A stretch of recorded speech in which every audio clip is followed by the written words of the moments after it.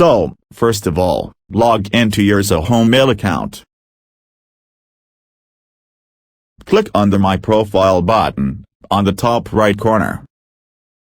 Now, go to Admin Console. On the side navbar, click on the Domains option. Now, select the domain you want to enable Catch-all on. Again, go to Advanced Settings, and then, click on Catch-all Address option.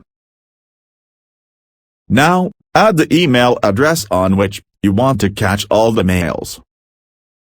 I will select the second one. And it's done.